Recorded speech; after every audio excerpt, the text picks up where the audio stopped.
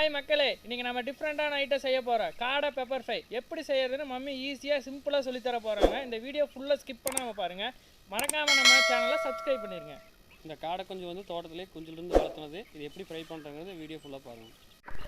இப்போ பார்த்தீங்கன்னா காடையை வந்து தோலில் உரித்து க்ளீன் பண்ணி வச்சுக்கிறோம். இப்போ மஞ்சள் பொடி போட்டு கழுவு போகிறோம். அப்போ தான் வந்து காடை வந்து கறி வாசம் இல்லாமல் இருக்கும், நல்லா டேஸ்ட்டாக இருக்கும். லைட்டாக மஞ்சள் தூள் போட்டு கழுவிக்கலாம்.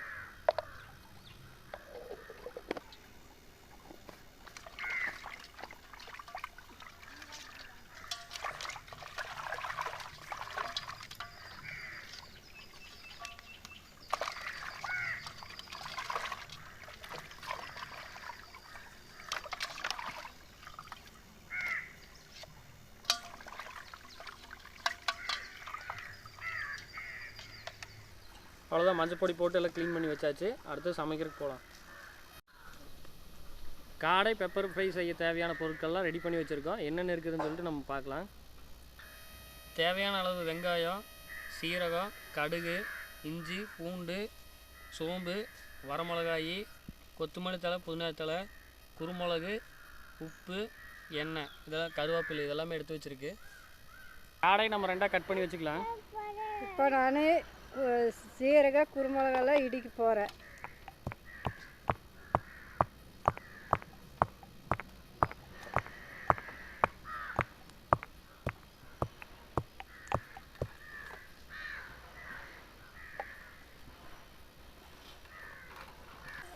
இப்போ நல்லா குருமிளகு பவுடர் பண்ண போகிறேன்.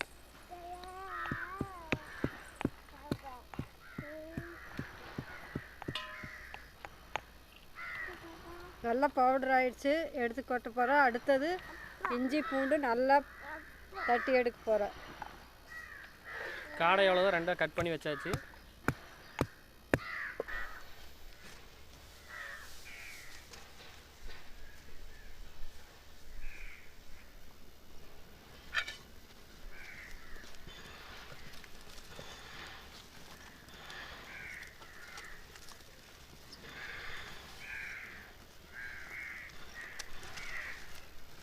எண்ணெய் ஊற்ற போகிறேன்.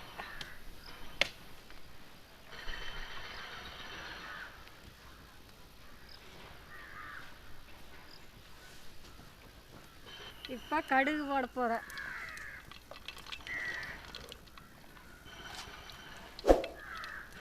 கடுகு பொரிஞ்சிருச்சு. சோம்பு, பட்டை,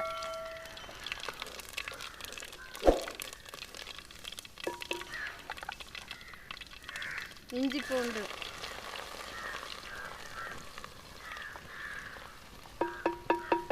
வரமிளகா, கருவேப்பிலை, சின்ன வெங்காயம் பொன்னிறமாக வணங்கணும்.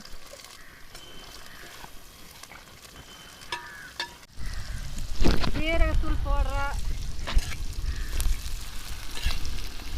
குருமிளகு பொடி, மிளகாத்தூள்,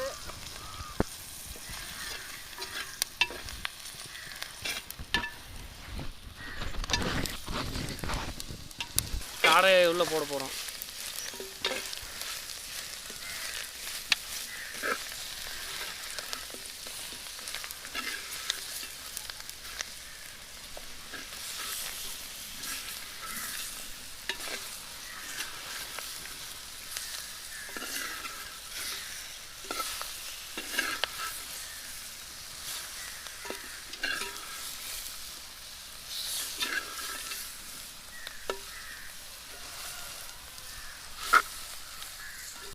இதுக்கு தேவையான உப்பு.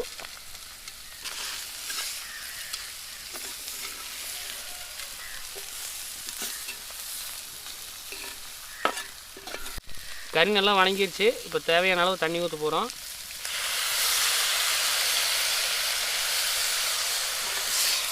தண்ணி ஊற்றி ஒரு 15 மினிட்ஸ் வேக வைக்கணும்.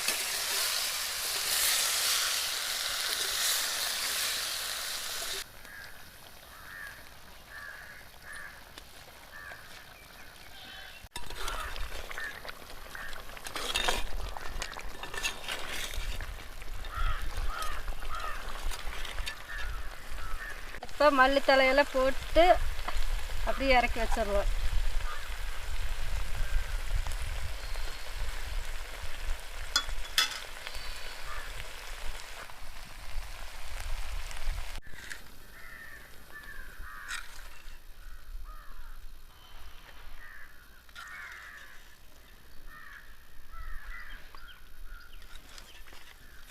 மம்மி டேஸ்ட் பண்ணலாமா?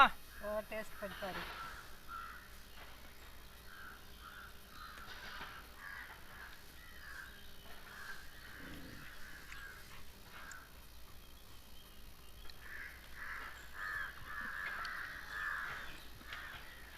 நல்லா டேஸ்ட்டாக இருக்குது.